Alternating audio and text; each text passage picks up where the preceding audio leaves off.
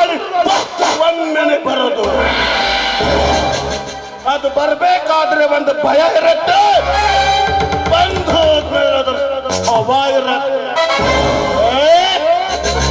ನಾನ್ ಬರೋವರೆಗೆ ಮಾತ್ರ ಬೇರೆ. ನಾನ್ ಬಂದ್ ಕಾಲಿಟ್ ಮೇಲೆ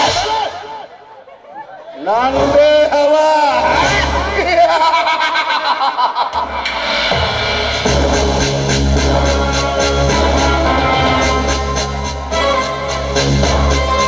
ಕಲಿಯುಗ ಈ ಕಲಿಯುಗದಲ್ಲಿ ಕರ್ಮದ ರೌದ್ರದ ಹೆಚ್ಚಾಗಿ ನ್ಯಾಯ ದೇವತೆ ಮೇಲೆ ಎಣ್ಣೆಯ ಕೊಟ್ಟು ಹುಚ್ಚು ತಾಂಡ ಬರ್ತಿರ್ಬೇಕ. ಬದುಕು ಸುಡಿಲು ಬಡದ ಮರದಂತಾಗಿದೆ. ಅಷ್ಟೇ ಯಾಕೆ ಹೆಣ್ಣಿನ ಮೇಲೆ ಕಾಮ ಎಂಬ ಕಾಮದ ಅತ್ಯಾಚಾರಕ್ಕೆ ನಲುಗಿ ಹೋಗಿದೆ ಭಾರತೀಯ ಬಡ ಹೆಣ್ಣು ಮಕ್ಕಳ ಭಾರವಾದ ಜೀವನ.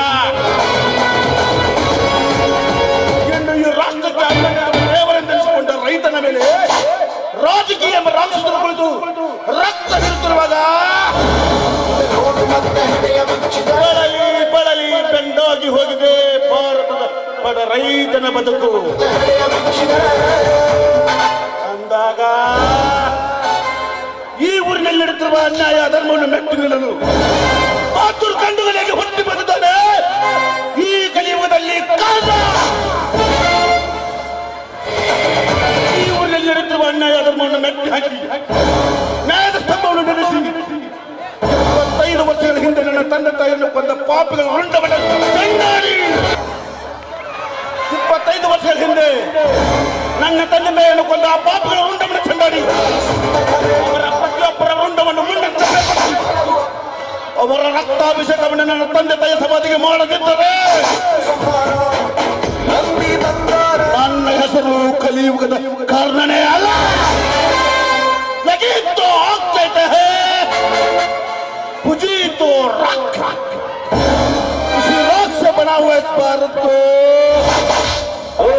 कौन रे उन्हें? एक आउट की गाँव लेना आज के रात मुझे करना नाम से जानते हैं।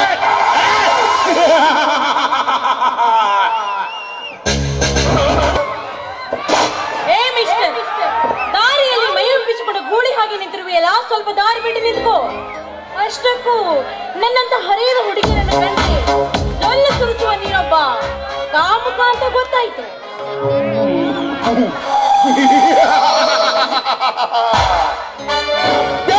कवटगी फरमान अंदेशा तेरे दरबार में ये बंदा फरियाद करता है, ये बंदा ये फरियाद करता है ऐसा हुस्न लड़की को मत बना मेरे बाप। आजकल हम जैसे जवान लड़कों का जिंदगी बर्बाद करता है। खाबू का ले बंद है ಈ ಸಮಾಜದಲ್ಲಿ ಹುಟ್ಟುವ ಪ್ರತಿಯೊಂದು ಗಂಡು ಮಗುವಿಗೂ ಅಕ್ಕ ತಾಯಿ ತಂಗಿ ಎಂಬ ಪ್ರೀತಿಯ ಮಮತೆಯನ್ನು ಕೊಟ್ಟು ಬೆಳೆಸಿರುತ್ತಾರೆ ಈ ಸಮಾಜದ ತಂದೆ ತಾಯಿ. ಅಂತದ್ರಲ್ಲಿ ಫ್ಯಾಷನ್ ಎಂಬ ಮಾಯಲೋಕಕ್ಕೆ ಸಿಕ್ಕು ಈ ರೀತಿ ಅರ್ಧಂಬರ್ಧ ಬಟ್ಟೆ ತೊಟ್ಟು ನನ್ನಂತ ಹುಡುಗರದ್ರಿಗೆ ಬಂದ್ರೆ ನನ್ನಂತ ಹುಡುಗರದಷ್ಟೇ ಅಲ್ಲಲೇ ವಯಸ್ಸಾದ ಮುದುಕನ ಕಚ್ಚನ್ನು ಕೂಡ ಲೂಸ್ ಆಗತ್ತೆ. ನಿನ್ನಂತ ಬಂಡ ಹೆಣ್ಣುಗಳು ಈ ರೀತಿ ಬೆತ್ತಲೆಯಾಗಿ ಬಂದು ನಮ್ಮಂತ ಹುಡುಗರ ಮೇಲೆ ಬಿಟ್ಟಾಗ ನಿನ್ನಂತ ಹೆಣ್ಣಿನ ಮೇಲೆ ಬರುವುದು ಸೋದರತಿ ಎಂಬ ಭಾವನೆ ಅಲ್ಲ, ಆದರಗಿತ್ತಿ ಎಂಬ ಭಾವನೆ. ನಿನ್ನಂತ ಬಂಡ ಹೆಣ್ಣುಗಳು ಹುಟ್ಟಿಕೊಂಡಕನೆ ಇಂದು ನಮ್ಮಂತ ಹುಡುಗರ ಕಾಮದ ಕಟ್ಟೆ ಹೊಡೆದು ರಸ್ತೆ ಬೀದಿಯಲ್ಲಿ ಮುಕ್ತ ಬಾಲಕರ ಬಲಾತ್ಕಾರ ಮಾಡಕ್ಕೆ ಹಚ್ಚಿದ್ದು. ಈ ಸಮಾಜಕ್ಕೆ ತಿರುವುದು ನನ್ನಂತ ಹುಡುಗರಿಂದಲ್ಲ, ನಿನ್ನಂತ ಅರೆಬೆತ್ತನೆ ಬಿಡುತ್ತಾ ಇದ್ದಲ್ಲ, ನಿನ್ನಂತ ಬಿಡಾಡಿ ಹೆಣ್ಣುಗಳ. ನೀವು ಕೆಟ್ಟು ಹೋಗುತ್ತೀರಿ ಅಂತ ಕಟ್ಟಿರುವ 4 ಗೋಡೆಯ ಮಧ್ಯೆ ಇರಬೇಕಾ ಹೆಣ್ಣಿನ ಜೀವನ? ನೀನು ಹೇಳಿದ ಹಾಗೆ ಹೆಣ್ಣಿಗೆ ಸ್ವತಂತ್ರ ಬೇಡವೇ? ಅಲ್ಲ, ನಿಮ್ಮಂತ ಗಂಡಸರ ಮಾತು ಕೇಳಿ ಹೆಣ್ಣಿನ ಸೌಂದರ್ಯವನ್ನು ಮುಚ್ಚಿಡಬೇಕಾ? सौंदर्य वाह, अपनी हुस्न पर इतना नाज मत करे पगली। मुझे पता है तू रोज लगाती है फेयर एंड लवली सौंदर्य। ए ಬಂಡ ಹೆಣ್ಣೆ, ಮೈ ತುಂಬ ಸೌಂದರ್ಯ ಬಂದಿದೆ ಅಂತ ಅರೆ ಬೆತ್ತಲೆಯಾಗಿ ಬಂದು ನಮ್ಮ ಹುಡುಗರ ಮುಂದೆ ನಿಂತರೆ ಸುಮ್ಮನೆ ಬಿಡೋದಿಲ್ಲ ಕಣೆ. ಗೂಳಿ ಅಂತ ಎಗರು ನಿನ್ನ ಮ್ಯಾಲೆ ಬಂದಾರ ಜೋಕೆ. ದೂರ ಸರಿಯಾಚೆ ನೋಡು, ನಿನ್ನ ಎಚ್ಚರದ ಮಾತು ಕೇಳಿ ಹುಚ್ಚರೆಂದು ನಡೆಸಿದೆ. ಆದ್ರೆ ಈ ಜಗತ್ತು ಏನು ಹೇಳುತ್ತೆ ಗೊತ್ತಾ? ಹೆಣ್ಣಿನ ಸೌಂದರ್ಯಕ್ಕೆ ಬೆಲೆ ಕೊಡದ ಭಾರತೀಯ ಸಂಸ್ಕೃತಿ ಅಂತ ಹೇಳುತ್ತೆ.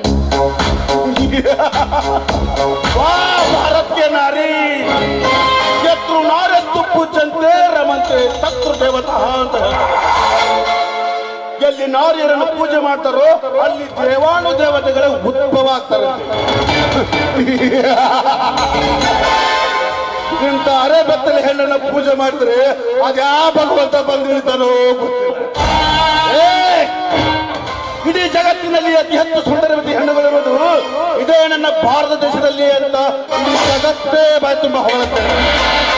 ಅಂತದ್ರಲ್ಲಿ ಈ ರೀತಿ ತುಂಡು ಬಟ್ಟೆ ತೊಟ್ಟು ತೊಡೆ ತೋರಿಸುವಂತ ಹೆಣ್ಣುಗಳನ್ನು ನೋಡಿ ಭಾರತದಲ್ಲಿ ಸೌಂದರ್ಯವತಿ ಹೆಣ್ಣುಗಳಿದ್ದಾರೆ ಅಂತ ಯಾರು ಹೇಳಿಲ್ಲ.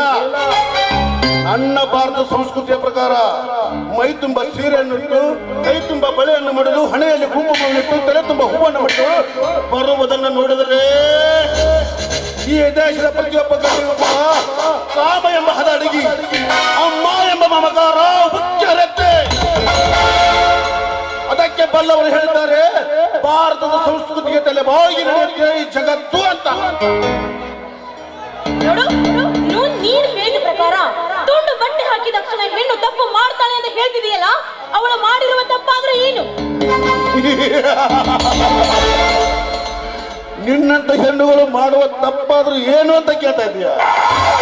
ಪುಣ್ಯವಾದ ಈ ಭಾರತ ಮಾತೆಯ ಮಣ್ಣಿನಲ್ಲಿ ಅಗರ್ಭ ಶ್ರೀಮಂತ ಮಣಿತಂದರೆ ಹುಟ್ಟಿದರೂ ಕೂಡ ಈ ರೀತಿ ಮಿಡಿ ಮ್ಯಾಕ್ಸಿ ಪಂಜಾಬಿ ಅಂತ ಬಟ್ಟೆಗಳನ್ನ ತೊಟ್ಟು, ಮುಖಕ್ಕೆ ಸ್ನೋ ಪೌಡರ್ ಬರೆದುಕೊಂಡು, ತುಟಿಗೆ ಲಿಪ್ಸ್ಟಿಕ್ ಹಚ್ಚಿಕೊಂಡು, ಹಣೆಯಲ್ಲಿ ಕುಂಕುಮವಿಲ್ಲದೆ, ಕೈಯಲ್ಲಿ ಬಳೆ ಇಲ್ಲದೆ ಬರೀ ಬೋರ್ದಲ್ಲಿ ಅಂತ ಇದೆಯಲ್ಲ, ಇದು ತಪ್ಪಲ್ಲ.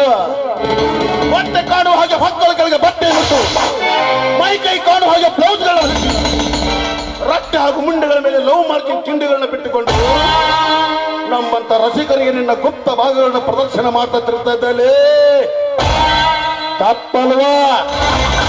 ಹುಟ್ಟುವ ಮಗುವಿಗೆ ಅನ್ನ ನೀಡಲೆಂದು ಹೆಣ್ಣಿಗೆ ಸೃಷ್ಟಿಸಿದ ಬ್ರಹ್ಮ ಎದೆಯ ಮೇಲೆ 2 ಕುಚ್ಚಗಳು, ಅದರಲ್ಲಿರಿಸಿದ ಅಮೃತದ ಕುಂಡವನ್ನ, ಅಂತ ಅಮೃತದ ಕುಂಡವನ್ನ ಶರಗೆಂಬ ಪವಿತ್ರ ಪದರಿನಲ್ಲಿ ಬಚ್ಚಿಡದೆ ಯಾವನು ಒಬ್ಬ ಕಾಮಕ ಸುಳೆ ಮಗ ದುಡ್ಡು ಕೊಡ್ತೀನಿ ಅಂತ ಅಂತ ಅನ್ನ ನೀಡುವ ಪವಿತ್ರವಾದ ಕುಂಡವನ್ನು ಮಾರಿಕೊಂಡು ಬರ್ತಿರಲಿ ಅಪ್ಪಲ್ವಾ? ತಂದೆ ತಾಯಿಂದ ಶಾಲೆ ಕಲಿದ ಮಗಳಂತ ಸಿದ್ಧಿ ಸೇರ್ತಾರೆ, ಮಿಂಡ ನದಿಯ ಬಾರ್ನಲ್ಲಿ ಕುಡಿದು ಮಬ್ಬಿನಲ್ಲಿ ಗರ್ಭ ಹೊತ್ತು ತಂದೆ ತಾಯಿಂದರಿಗೆ ಗೊತ್ತಾಗದಂತೆ ಒಂದು ಹೆಣ್ಣು ಭ್ರೂಣ ಹತ್ಯೆ ಮಾಡ್ತಾಳೆ. ತಪ್ಪಲ್ವಾ?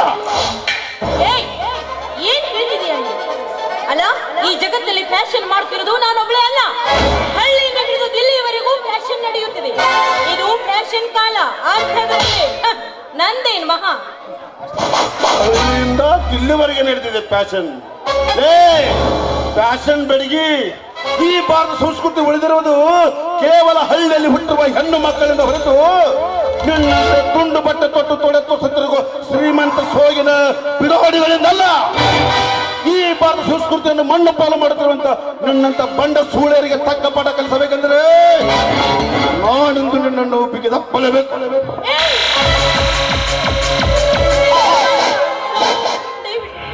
ನಿನಗೆ ಕೈ ಮುಗಿದು ಕೇಳಿಕೊಳ್ಳುತ್ತೇನೆ, ಪ್ಲೀಸ್ ನನ್ನ ನೀನು ಮಾಡ್ಬೇಡ.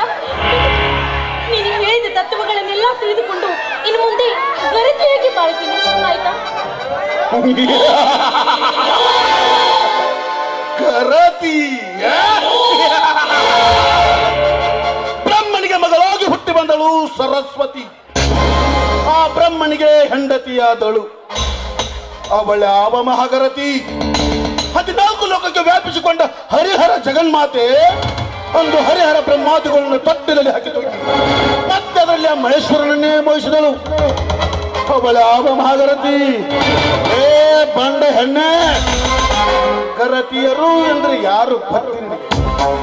ಪುಣ್ಯವಾದ ಈ ಭಾರತ ಮಾತೆಯ ಮಣ್ಣಿನಲ್ಲಿ ಪತಿಯ ಪರಮಾತ್ಮನೆಂದು ಪತಿ ಪೂಜೆ ಮಾಡುತ್ತಿರುವಾಗ ಪತಿವ್ರತ ಪರೀಕ್ಷೆಗೆಂದು ಬಂದ ಬ್ರಹ್ಮ ವಿಷ್ಣು ಮಹೇಶ್ವರರಿಗೆ ತನ್ನ ಪತಿಯ ಪಾದುಕಗಳನ್ನು ಸಿಡಿಸಿ ಮೊಲೆ ಹಾಲುಣಿಸಿ ಎತ್ತಿ ಜೋಗಳು ಹಾಡಿದ ಮಹಾಸತಿ ಅನಸೂಯ ತಾಯಿ ಕಣೆ ನಿಜವಾದ ಮಹಾಗರತಿ.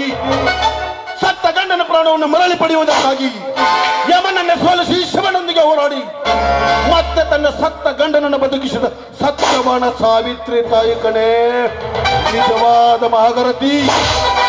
ಹುಚ್ಚು ಗಂಡನಿದ್ದರೂ ಕೂಡ ಮೆಚ್ಚು ಸಂಸಾರ ಮಾಡಿ ಹತ್ತಿನಗಿನರು ಅಚ್ಚಳಿದಂತೆ ವಿಷ ಸರ್ಪದಂತಿದ್ದರೂ ಕೂಡ ಅವರು ನೀಡುವ ಕಷ್ಟ ಕಾರ್ಪಣ್ಯಗಳನ್ನು ಸಹಿಸಿಕೊಂಡು ಇಂದಿಗೂ ಕೂಡ ತನ್ನ ಪತಿವ್ರತ ಶಕ್ತಿಯನ್ನ ಪುರಾಣ ಪುಣ್ಯಕಥೆಗಳಲ್ಲಿ ಮೆಟ್ಟಿ ಮೆರೆದ ಹೇಮರಡ್ಡಿ ಮಲ್ಲಮ್ಮ ತಾಯಿ ಕಣೆ ನಿಜವಾದ ಮಹಾಗರತಿ. 9 ತಿಂಗಳ 9 ದಿನ ತನ್ನುದರದಲ್ಲಿ ಹೊತ್ತು ತನ್ನ ನವಜಾತ ಗಂಡು ಮಗುವಿನ ಪ್ರಾಣ ತುಂಡು ತುಂಡಾಗಿ ಕತ್ತರಿಸಿ ಹಾಕುತ್ತಿದ್ದ ಸ್ಟೇಷನ್ ಮಾಸ್ಟರ್. ಹೆತ್ತರಿಂದ 100 ಮಕ್ಕಳನ್ನ ಹೆರಬಲ್ಲ. ಆದರೆ ಶೀಲವೆಂಬುದು ಕೇವಲ ಗಂಡನಿಗೆ ಮಾತ್ರ ಮೀಸಲಿಟ್ಟಿರುವುದು ಅಂತ ಹಠಪಟ್ಟು ಮಗುವಿನ ಪ್ರಾಣವನ್ನು ಕಳೆದುಕೊಂಡೇ ನನ್ನ ತಾಯಿ ಕಡ್ಲಿ ಮಟ್ಟಿ ಕಾಶಿಬಾಯಿ ಕಡೆ ನಿಜವಾದ ಮಾಗರತಿ. ಇನ್ನು ನಿನ್ನಂತ ಸೋಗಿನ ಬಿಡಾಡಿ ಹೆಣ್ಣುಗಳೆಲ್ಲ ನಾನು ಗರತಿ ಗರತಿ ಅಂತ ತಟ್ಟಿದರೆ ಬಿಟ್ಟು ಬಿಡುವನಲ್ಲ.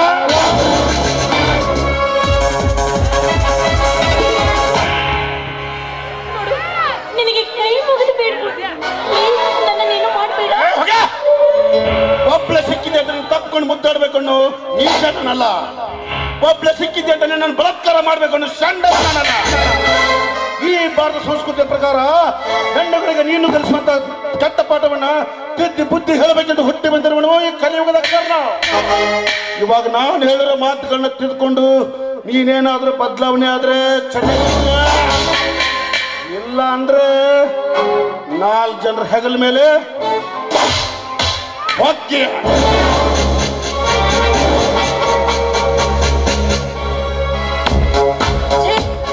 ಅಲ್ಲ, ಇವತ್ತು ಬೆಳಗ್ಗೆ ಎದ್ದು ಯಾರ ಮುಖ ನೋಡಿದ್ ನಾವೇನು? ಊರಿಗೆ ಕಾಲುಡಕ್ಕಿಂತ ಮುಂಚೆನೇ ಮುಖಕ್ಕೆ ಮಂಗಳಾರತಿ ಮಾಡ್ಕೊಂಡ್ಬಿಟ್ನಲ್ಲ. ಏನೇ ಆಗ್ಲಿ, ಇವನನ್ನ ನೋಡಿದ್ರೆ, ಇವನ ಮಾತುಗಳನ್ನು ಕೇಳಿದ್ರೆ ಯಾಕೋ ನನ್ನ ಮನಸ್ಸಲ್ಲಿ ಒಂಥರ ಆಗ್ತಾನೆ. ಏನೋ ಒಂಥರ